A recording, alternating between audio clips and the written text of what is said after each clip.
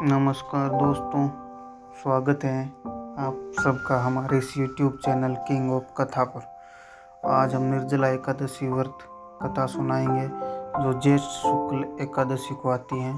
तो चलिए कथा सुनते हैं। भीमसेन व्यास जी से कहने लगे कि हे पितामह, भ्राता युधिष्ठिर, माता कुंती, द्रौपदी, अर्जुन, नकुल और सहदेव आदि सब एकादशी का व्रत करने को कहते हैं, परंतु महाराज मैं उनसे कहता हूँ कि भाई मैं भगवान की पूजा भक्ति आदि तो कर सकता हूँ, दान भी दे सकता हूँ, परंतु भोजन के बिना नहीं रह सकता।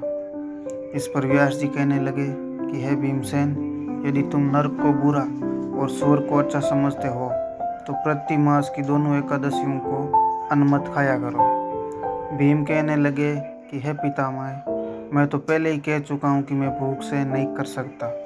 यदि वर्ष भर में कोई एक ही व्रत हो तो वह मैं रख सकता हूँ, क्योंकि मेरे पेट में वृक नाम वाली अग्नि है, सो मैं भोजन किए बिना नहीं रह सकता। भोजन करने से वह शांत रहती है, इसलिए पूरा उपवास तो क्या, एक समय भी बिना भोजन करने रहना कठिन है। अतः आप मुझे कोई ऐसा व्रत बताइए जो वर्ष में केवल एक ही बार करना पड़े और मुझे स्वर्ग की प्राप्ति हो। श्री व्यास जी कहने लगे कि हे पुत्र, बड़े बड़े ऋषियों ने बहुत शास्त्र आदि बनाए हैं, जिनसे बिना धन के थोड़े परिश्रम से ही स्वर्ग की प्राप्ति हो सकती है। इसी प्रकार शास्त्रों में दोनों पक्षों की एकादशी का व्रत मुक्ति के लिए रखा जाता है। व्यास जी के वचन सुनकर भीमसेन नरक में जाने के नाम से भयभीत हो गए और कांप कर कहने लगे कि अब क्या करूं? मास में 2 व्रत तो मैं नहीं कर सकता।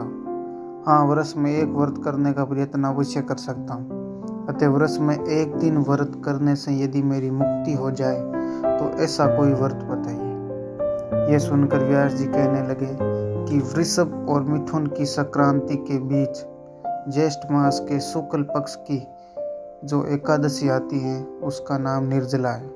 तुम उस एकादशी का व्रत करो। इस एकादशी के व्रत में स्नान और आचमन के सिवा जल वर्जित है। आचमन में 6 मासे से अधिक जल नहीं होना चाहिए, अन्यथा वह मद्यपान के सदृश हो जाता है। इस दिन भोजन नहीं करना चाहिए, क्योंकि भोजन करने से व्रत नष्ट हो जाता है। यदि एकादशी को सूर्योदय से लेकर द्वादशी के सूर्योदय तक जल ग्रहण न करें तो उसे सारी एकादशियों के व्रत का फल प्राप्त होता है। द्वादशी को सूर्योदय से पहले उठकर स्नान आदि करके ब्राह्मणों का दान आदि देना चाहिए। इसके पश्चात भूखे और सतपात्र ब्राह्मणों को भोजन करवाकर फिर आप भोजन कर लेना चाहिए। इसका फल पूरे वर्ष की संपूर्ण एकादशियों के बराबर होता है। व्यास जी कहने लगे कि हे भीमसेन, ये मुझको स्वयं भगवान ने बताया है। इस एकादशी का पुण्य समस्त तीर्थों और दानों से अधिक है।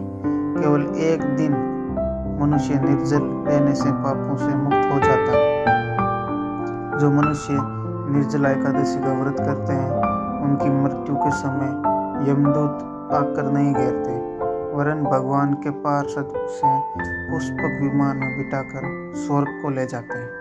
अतः संसार में सबसे श्रेष्ठ निर्जला एकादशी का व्रत है। इसलिए यत्न के साथ इस व्रत को करना चाहिए और उस दिन ओम नमो भगवते वासुदेवाय मंत्र का उच्चारण करना चाहिए और गोदान करना चाहिए। इस प्रकार व्यास जी की आज्ञा अनुसार भीमसेन ने इस व्रत को किया। इसलिए इस एकादशी को भीमसेनी या पांडव एकादशी भी कहते हैं। निर्जला व्रत करने से पूर्व भगवान से प्रार्थना करें कि हे भगवान, आज मैं निर्जला व्रत करता हूँ, दूसरे दिन भोजन करूँगा। मैं इस व्रत को श्रद्धापूर्वक करूँगा, अतः आपकी कृपा से मेरे सारे पाप नष्ट हो जाएं। इस दिन जल से भरा हुआ एक घड़ा वस्त्र से ढक कर स्वर्ण सहित दान करना चाहिए। जो मनुष्य इस व्रत को करते हैं उनको करोड़ पल सोने के दान मिलता है, और जो इस दिन यज्ञ आदि करते हैं उनका फल तो वर्णन ही नहीं किया जा सकता। इस एकादशी के व्रत से मनुष्य विष्णु लोक को प्राप्त करता है। जो मनुष्य इस दिन अन्न खाते हैं वे चांडाल के समान हैं। वे अंत में नरक में जाते हैं। जिसने निर्जला एकादशी का व्रत किया है वह चाहे ब्रह्म हत्यारा हो, मद्यपान करता हो, चोरी की ही हो या गुरु के साथ द्वेष किया हो, मगर इस व्रत के प्रभाव से स्वर्ग जाता है। हे कुंती पुत्र, जो पुरुष या स्त्री श्रद्धा पूर्वक इस व्रत को करते हैं उन्हें अग्रलिखित कर्म करना चाहिए। प्रथम भगवान का पूजन करें, फिर गोदान करें, ब्राह्मणों को मिष्टान में दक्षिणा देनी चाहिए तथा जल से भरे कलश का दान अवश्य करना चाहिए। निर्जला के दिन अन्न, वस्त्र, उपहान आदि का भी दान करना चाहिए। जो मनुष्य भक्तिपूर्वक इस कथा को पढ़ते या सुनते हैं उन्हें निश्चय ही स्वर्ग की प्राप्ति होती है। धन्यवाद। कथा संपन्न हुई।